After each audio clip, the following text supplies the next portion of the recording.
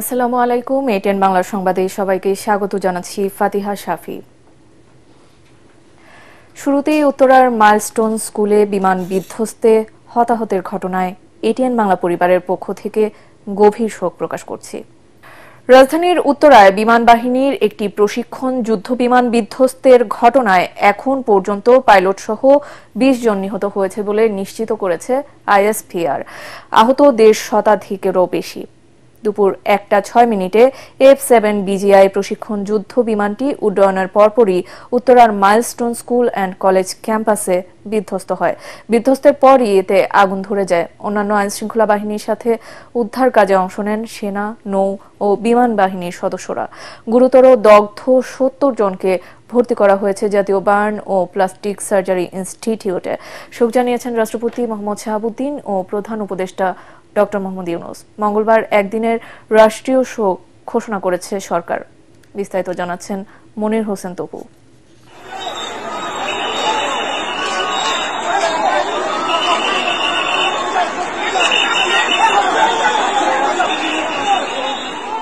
অন্যান্য দিনের মতো নিয়মিত প্রশিক্ষণের অংশ হিসাবে দুপুর ১টা ৬ মিনিটে কুর্মিটোলার বিমান বাহিনীর ঘাঁটি AK খন্দকার থেকে চীনের তৈরি F-7 BGI প্রশিক্ষণ যুদ্ধবিমান নিয়ে উড্ডয়ন করে ফ্লাইট লেফটেন্যান্ট মোহাম্মদ তৌকির ইসলাম। আজ ছিল তার সলো ফ্লাইট ট্রেনিং। উড্ডয়নের পরপরই যান্ত্রিক ত্রুটির কারণে উত্তরার দিয়াবাড়ির মাইলস্টোন স্কুল অ্যান্ড কলেজের হায়দার আলী ভবনে বিধ্বস্ত হয় প্রশিক্ষণ বিমানটি।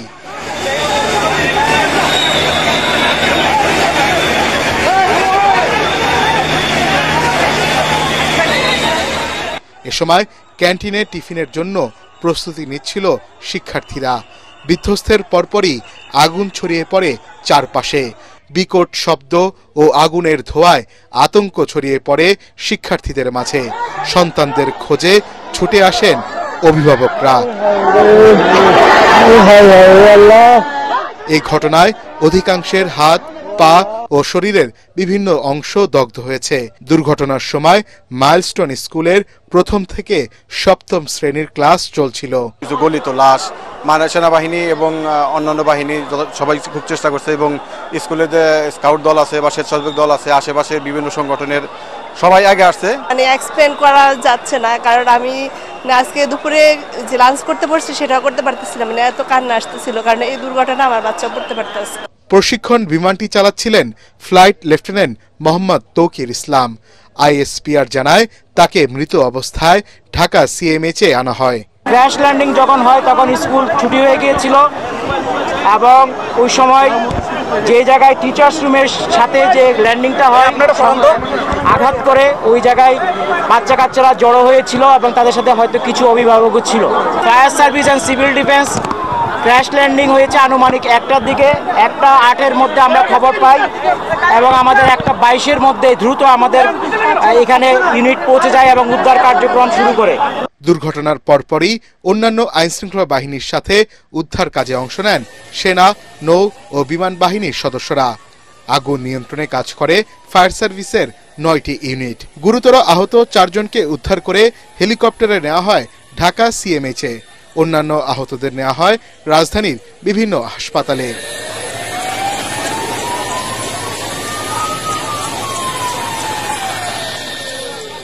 সেনাবাহিনী ও ফায়ার সার্ভিসের গাড়িতে আহত অনেককে নেওয়া হয় আশপাশের হাসপাতালে। বিকেল 5টা পর্যন্ত জাতীয় বার্ন ও প্লাস্টিক সার্জারি ইনস্টিটিউটে নিয়ে আসা হয় দগ্ধ 70 জনকে। একই সাথে ঢাকা মেডিকেলের বার্ন ইউনিটেও চিকিৎসা নিচ্ছেন অনেকে। চিকিৎসাধীন অনেক শিক্ষার্থীর অবস্থা আশঙ্কাজনক।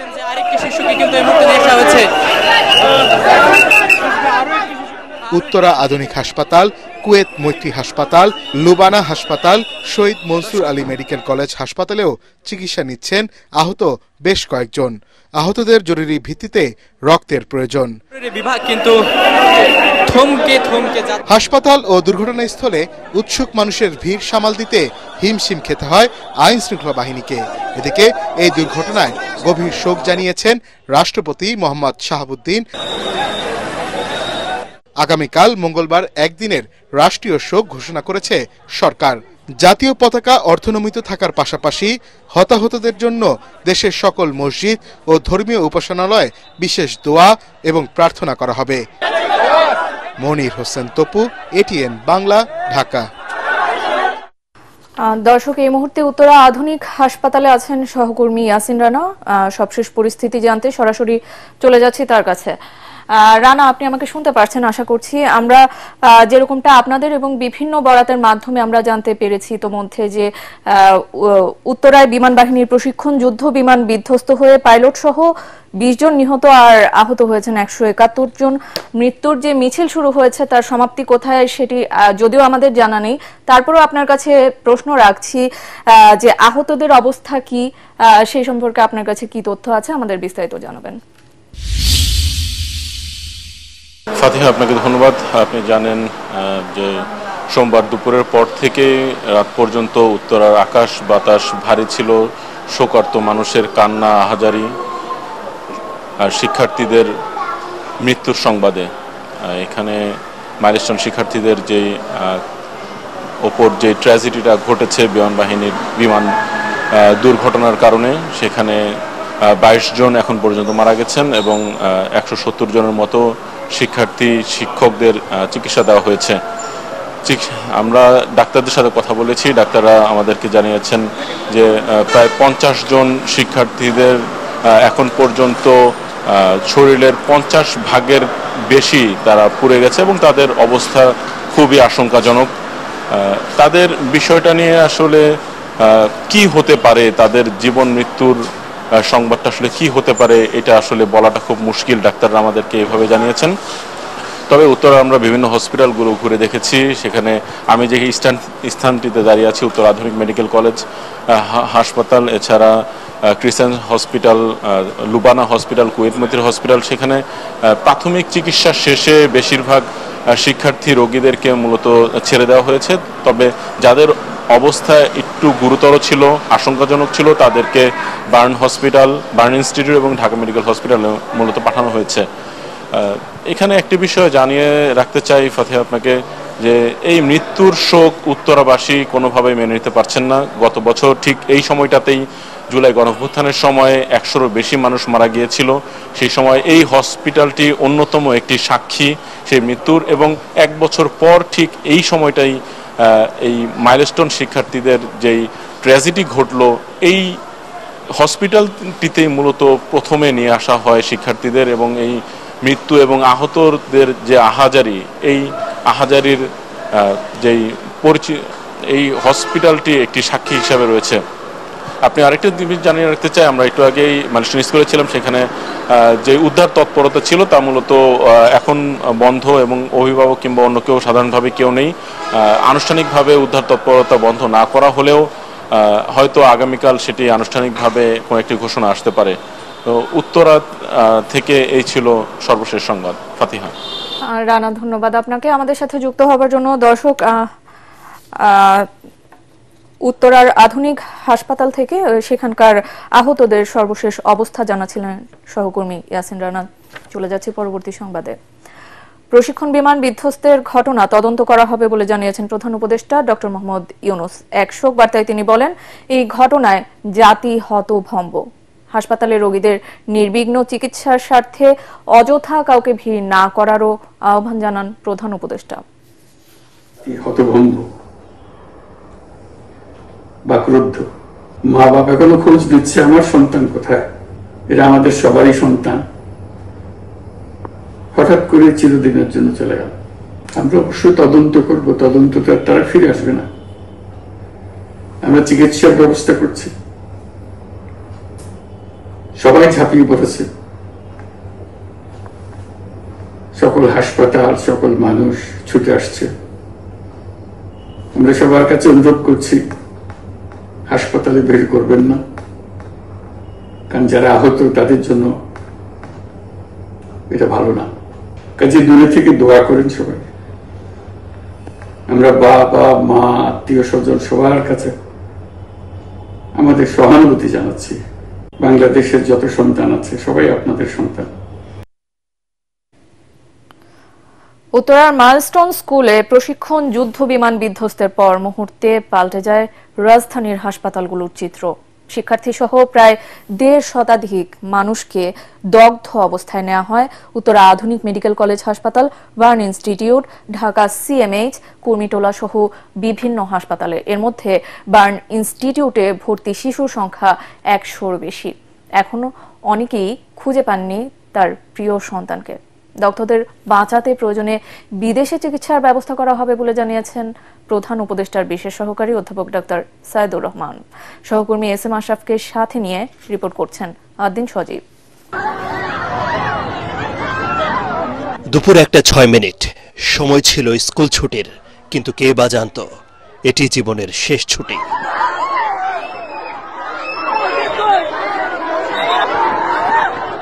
কারো ক্লাসও শেষ হয়েছে, কেউ টিফিন করছে, কেউ হয়তো গল্প আড্ডায় ব্যস্ত।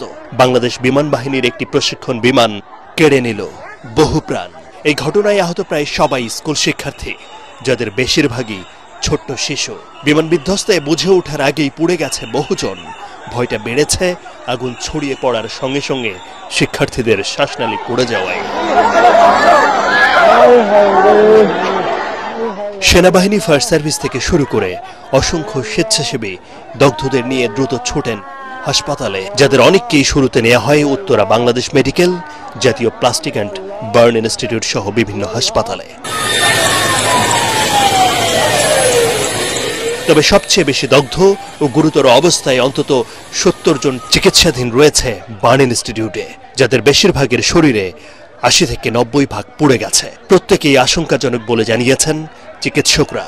যারা পুড়েছেন তাদের মধ্যে শিশুর সংখ্যা 100-র বেশি এবং অন্যান্যদের সংখ্যা 15 জনের কাছাকাছি হবে, এটা এক্সাক্ট না। এবং এই 100 জনের মধ্যে অল্প কিছু আছে যারা ইতিমধ্যে চিকিৎসা গ্রহণ করে বাড়ি গিয়েছেন, সেই সংখ্যাটা খুবই কম। অধিকাংশই এখন আসলে হাসপাতালে আছেন। এই ধরনের বার্নের ক্ষেত্রে বাইরের বার্নের পাশাপাশি তাদের যে ইনহেলেশন ইনজুরিটা হয়েছে সেটা কিন্তু পরবর্তীতে তাদের আউটকামের উপরে খুব বেশি প্রভাব ফেলবে। এছাড়া উত্তরা আধুনিক বা বাংলাদেশ মেডিকেলে অন্তত 60 জন, সিএমএইচে 14 জন, লুবনা জেনারেল হাসপাতালে 11 জন, কুয়েত মৈত্রী হাসপাতালে 8 জন এবং উত্তরের ক্রেসেন্ট হাসপাতালে 1 জন চিকিৎসাধীন নিচ্ছে বলে খবর মিলেছে। এসব হাসপাতালে যারা চিকিৎসা নিচ্ছেন তাদের শরীরের 30 থেকে 50% পড়ে গেছে। আশঙ্কাজনক রোগীদের পাঠানো হচ্ছে বার্ন ইনস্টিটিউটে। দগ্ধ রোগীদের জন্য রক্তের বেশি প্রয়োজন হয়, তাই রক্ত দিতে হাসপাতালগুলোতে ভিড় করছেন অনেকেই। তবে নেগেটিভ গ্রুপের রক্তের খোঁজ করছেন বার্ন ইনস্টিটিউটের আহতদের স্বজনরা। আদ্দিন সজীব, এটিএন বাংলা, ঢাকা।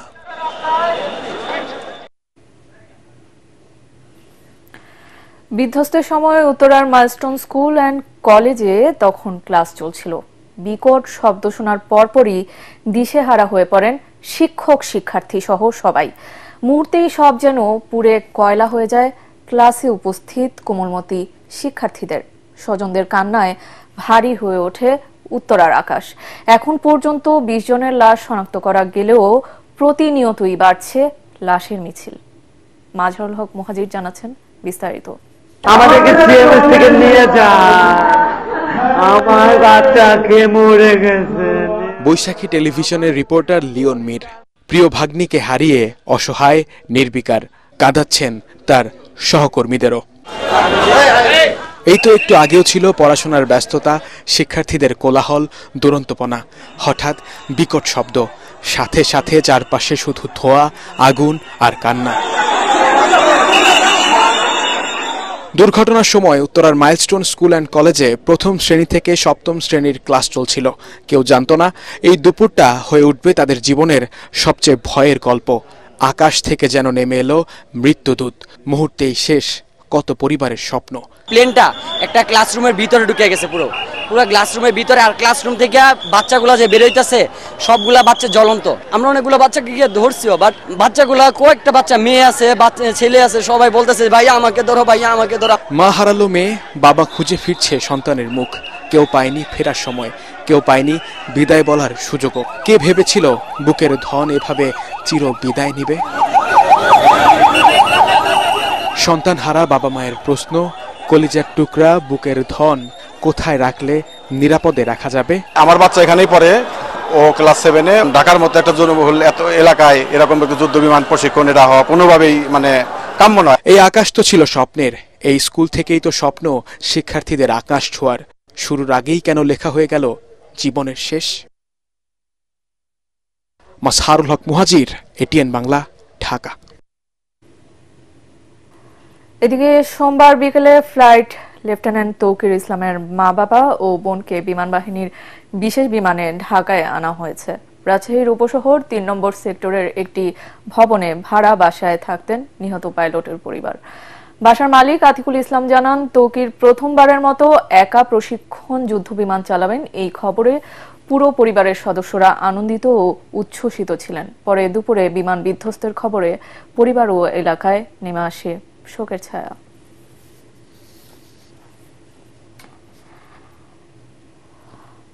অন্তর্বর্তী সরকারের ঘাড়ে বন্দুক রেখে যারা ফায়দা হাসিলের চেষ্টা করছে তারা নির্বাচন চায় না বলে মন্তব্য করেছেন বিএনপির ভারপ্রাপ্ত চেয়ারম্যান তারেক রহমান। জুলাই গণঅভ্যুত্থানে পেশাজীবীদের অবদান ও সম্মাননা প্রদান অনুষ্ঠানে তিনি বলেন, যারা নির্বাচন চায় না তারাই পিআর পদ্ধতির কথা বলছে। পিআর পদ্ধতি চালু হলে রাষ্ট্র ও রাজনীতিতে বিশৃঙ্খলা তৈরি হবে। উত্তরায় বিমান বিধ্বস্তে হতাহতের ঘটনায় শোক প্রকাশ করে নেতাকর্মীদের সর্বাত্মক সহযোগিতার নির্দেশ দেন তারেক রহমান। কামরুজ্জামান রাজীবের রিপোর্ট। জুলাই অভ্যুত্থানে শহীদ পরিবার ও পেশাজীবীদের সম্মাননা প্রদান অনুষ্ঠানে নিজেদের শোক, ক্ষোভ আর হতাশার কথা প্রকাশ করেন স্বৈরাচার হাসিনা সরকারের নির্যাতন নিপীড়নের শিকার পরিবারের সদস্যরা। রাজধানীর ইঞ্জিনিয়ার্স ইনস্টিটিউশন প্রাঙ্গণে সম্মিলিত পেশাজীবী পরিষদ আয়োজিত অনুষ্ঠানে শহীদ পরিবারের কাছে সম্মাননা তুলে দেন বিএনপি মহাসচিব মির্জা ফখরুল ইসলাম আলমগীর। নিউ গভর্নমেন্ট আসার পর আমি একটু আশাবাদী হয়েছিলাম, খুবই এক্সাইটমেন্ট কাজ করতেছিল যে এবার হওয়ার সম্ভাবনা আছে, কিন্তু স্টিল এখনো হয়নি। এটা অনেক ডিসঅ্যাপয়েন্টিং আমার জন্য। আমার সন্তানকে ফোন দেওয়ার পর আমি আনতে পারি নাই। ওর লাস্ট কথা ছিল যে আম্মু আমার আইডি কার্ডটা দেখে তুমি আমাকে শনাক্ত করে নিয়ে যাইও। এতে ভার্চুয়ালি যুক্ত হয়ে বক্তব্য রাখেন বিএনপির ভারপ্রাপ্ত চেয়ারম্যান তারেক রহমান। এ সময় তিনি বলেন, অভ্যুত্থানের 1 বছর পরও এখনো চূড়ান্ত হয়নি শহীদের তালিকা। অভিযোগ করেন, শহীদের তালিকা নয়, অভ্যুত্থানকে কুক্ষিগত করতে একটি শ্রেণী তৎপর। গণ অভ্যুত্থানের কৃতিত্বকে কুক্ষিগত করার জন্য আমরা অনেককেই দেখি খুব তৎপর। অন্তর্বর্তীকালীন সরকারের ঘাড়ে যারা বন্দুক রেখে সরকারের উপর নিজেদের খবরদারির বহাল রাখতে চায়, সরকারের উপরে প্রভাব খাটিয়ে বিভিন্নভাবে ফায়দা হাসিল করতে বা নিজেদের আখের গোছাতে চায়, তাদেরকেই আমরা দেখছি জাতীয় নির্বাচন অনুষ্ঠানে কে সুকৌশলে বাধা সৃষ্টি করছে। তিনি বলেন, কয়েকটি রাজনৈতিক দল পিআর পদ্ধতিতে নির্বাচনের কথা বলছে, এতে করে রাজনীতিতে চরমপন্থা তৈরি হবে। পরিস্থিতির সুযোগে যারা অপকৌশলের চেষ্টা করছে তারা শহীদদের রক্তের সাথে বেইমানি করছে। সংক্ষেপণাতিক যে নির্বাচনী ব্যবস্থা, এটা কিন্তু বিভ্রান্তিমূলক সমাজ সৃষ্টি এবং সরকার অস্থিতিশীলতার কারণ হয়ে উঠতে পারে বা উঠবে। বাংলাদেশের প্রেক্ষাপটে দেশের স্বাধীনতা, সার্বভৌমত্ব হুমকির সম্মুখীন হয়ে পড়বে। দেশের জনগণের সুদৃঢ় ঐক্য চাইলে কোনোভাবেই আমরা মনে করি সংক্ষেপণাত্মক নির্বাচনী ব্যবস্থা চালু হওয়া উচিত না। ক্ষুদ্র রাজনৈতিক স্বার্থে বিভক্ত না হয়ে জাতীয় স্বার্থে ঐক্য ধরে রাখার আহ্বানও জানান তারেক রহমান। কামরুজ্জামান রাজীব, এটিএন বাংলা, ঢাকা। রাজধানীর উত্তরায় বিমান বাহিনীর প্রশিক্ষণ বিমান বিধ্বস্তের ঘটনায় নোয়াখালী ও লক্ষ্মীপুর জেলার পদযাত্রা কর্মসূচি স্থগিত করেছে জাতীয় নাগরিক পার্টি এনসিপি। এনসিপি সহ সারা দেশের সকল ছাত্র জনতাকে মাইলস্টোনের আহত শিক্ষার্থীদের চিকিৎসা সহায়তায় এগিয়ে আসার আহ্বান জানায় দলটি। এরই মধ্যে উত্তরার এ ঘটনায় তাদের মেডিকেল টিম পাঠানো হয়েছে বলে জানায় এনসিপি। এর আগে খাগড়াছড়ির পথ সমাবেশ শুরু হওয়ার আগে হতাহতদের জন্য দোয়া করেন এনসিপির নেতারা। সমাবেশে শান্তি, সম্প্রীতি ও উন্নয়নের জন্য পাহাড়ি বাঙালি ঐক্য গড়ে তোলার আহ্বান জানান দলের আহ্বায়ক নাহিদ ইসলাম। এই বিমান দুর্ঘটনায় এই পোড়াদগ্ধ শরীরকে তুমি কবুল আর মঞ্জুর করে নেন। পাহাড়ি বাঙালি সবার মানবাধিকার, নাগরিক অধিকার, নাগরিক মর্যাদা নিশ্চিত দাবিতে সকলকে ঐক্যবদ্ধ হতে হবে, সকলকে এই দাবি উঠাতে হবে। পাহাড় হোক, সমতল হোক, আমাদের একটি নতুন সংবিধান লাগবে, একটি নতুন বাংলাদেশ লাগবে, একটি নতুন খাগড়াছড়ি লাগবে। বাংলাদেশ বিমান বাহিনীর প্রশিক্ষণ যুদ্ধ বিমান বিধ্বস্তের ঘটনায় গভীর শোক প্রকাশ করেছে ভারত ও পাকিস্তান সরকার। সন্ধ্যায় এক শোক বার্তায় ভারতের প্রধানমন্ত্রী নরেন্দ্র মোদী নিহতদের পরিবারের জন্য শোক জানিয়ে আহতদের দ্রুত আরোগ্য কামনা করেন। ভারত বাংলাদেশের সাথে সংহতি প্রকাশ করছে উল্লেখ করে তিনি সম্ভাব্য সব ধরনের সহায়তা প্রদানের জন্য তার সরকার প্রস্তুত বলেও জানান। এদিকে রাতে পাকিস্তানের প্রধানমন্ত্রী শেহবাজ শরীফ এক পোস্টে লেখেন, বিমান বাহিনীর জেট বিধ্বস্ত হয়ে প্রাণহানির ঘটনায় তার সরকার গভীরভাবে মর্মাহত। নিহতদের পরিবারের প্রতি আন্তরিক সমবেদনা জানিয়ে আহতদের দ্রুত সুস্থতা কামনা করেন তিনি। এছাড়াও মাইলস্টোনের ঘটনায় শোক জানিয়েছেন বিশ্ব নেতারা। জুলাই যোদ্ধাদের ফ্ল্যাট কিংবা সরকারি চাকুরিতে কোটা দেওয়ার সিদ্ধান্ত হয়নি বলে জানালেন মুক্তিযুদ্ধ বিষয়ক উপদেষ্টা ফারুক ই আজম। তবে তাদের পুনর্বাসন করা হবে। শহীদ পরিবারকে 30 লাখ ও আহতদের 5 লাখ এবং মাসে 20,000 টাকা ভাতা দেওয়া হবে। ভাতা সমান হলেও মুক্তিযোদ্ধাদের মর্যাদা জুলাই যোদ্ধাদের উপরে থাকবে বলে মনে করছেন উপদেষ্টা। রিপোর্টে জানাচ্ছেন মাহবুব কবির চপল। আওয়ামী লীগের দুঃশাসন থেকে মুক্তির আন্দোলনে নামেন সর্বস্তরের মানুষ। গত বছর 5 আগস্ট শেখ হাসিনার পতন হয়, তবে তার জন্য আত্মত্যাগ করতে হয় অনেক। সরকারি হিসেবে ওই আন্দোলনে শহীদ হন 844 জন। তাদের পরিবারকে 30 লাখ টাকা অনুদান ও মাসে 20,000 টাকা ভাতা দেয়া হবে। আহত হন 13,812 জন। তাদেরকে ক, খ ও গ শ্রেণীতে ভাগ করে 1 থেকে 5 লাখ টাকা অনুদান এবং মাসে 10 থেকে 20,000 টাকা ভাতা দেয়া হবে। নতুন বাংলাদেশের কারিগর হিসেবে তাদের এই স্বীকৃতি দেয়া হচ্ছে বলে জানালেন মুক্তিযুদ্ধ বিষয়ক উপদেষ্টা। তবে তাদেরকে ফ্ল্যাট ও সরকারি চাকরিতে কোটা দেওয়ার যে গুঞ্জন চলছে, এখনো সেই সিদ্ধান্ত হয়নি বলে জানান তিনি। আমাদের মন্ত্রণালয়ের পক্ষ থেকে এদের পুনর্বাসনের যাবতীয় কার্যক্রম গ্রহণ করবে। এই কার্যক্রমের ভিতরে এইসব বিষয় নাই। পুনর্বাসনের কর্মসূচি আছে। পুনর্বাসন নানানভাবে হতে পারে, তাদের প্রশিক্ষণ দিয়ে যার যার যোগ্যতা অনুযায়ী তিনি যেভাবে পুনর্বাসিত হতে চান। বীর মুক্তিযোদ্ধারা এখন মাসে 20,000 টাকা ভাতা পাচ্ছেন। জুলাই যোদ্ধারাও পাবেন একই পরিমাণ।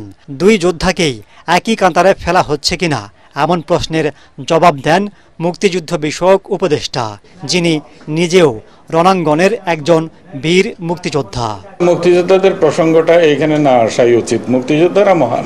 মুক্তিযোদ্ধারা তো ভাতাই পায় নাই 30 বছর ধরে, তাদের তালিকাই হয় নাই, খবরেই নাই।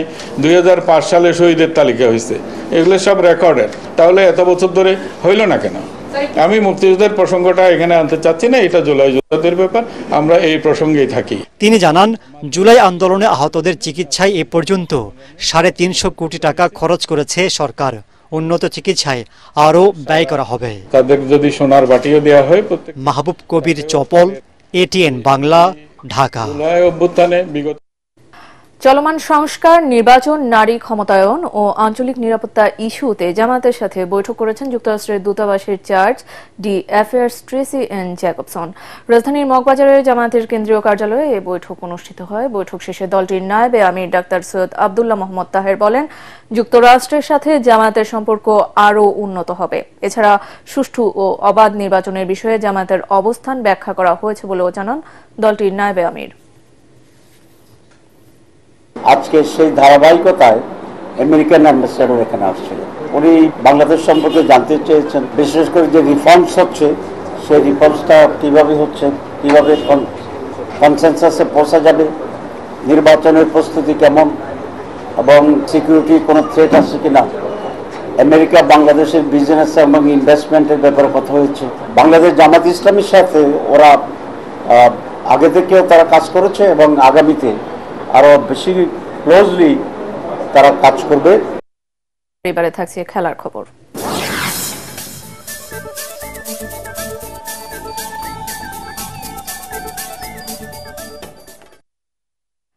প্রায় 14 মাস পর ক্রিকেট ফিরল মিরপুর শেরেবাংলা স্টেডিয়ামে। সেই ফেরার ম্যাচে পাকিস্তানকে 7 উইকেটে ধরাশায়ী করেছে বাংলাদেশ।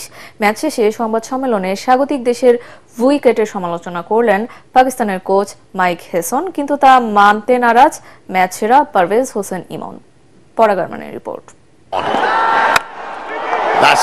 আবারও শোনা যাচ্ছে বাঘের গর্জন।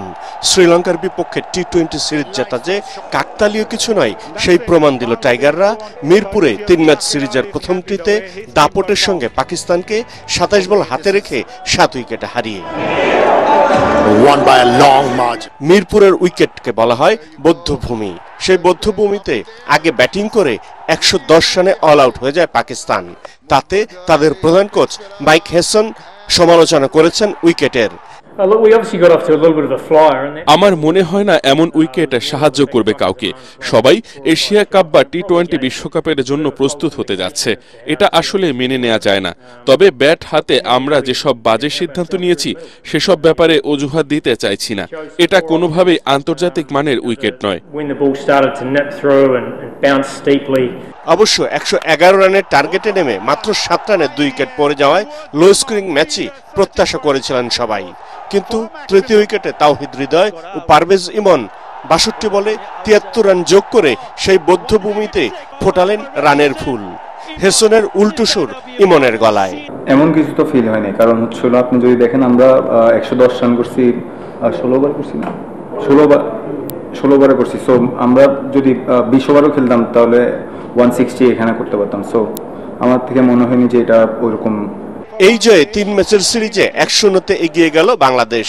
আগামী মঙ্গলবার এই মিরপুরেই দ্বিতীয় টি-20তে মুখোমুখি হবে দুদল। পরাগ আরমান, এটিএন বাংলা, ঢাকা। আর এই ছিল এখনকার মতো। রইল পরবর্তী সংবাদ দেখার আমন্ত্রণ। এটিএন বাংলা সংবাদ ইউটিউবে দেখতে ব্রাউজ করুন youtube/ATN বাংলা নিউজ। সাথে থাকার জন্য ধন্যবাদ।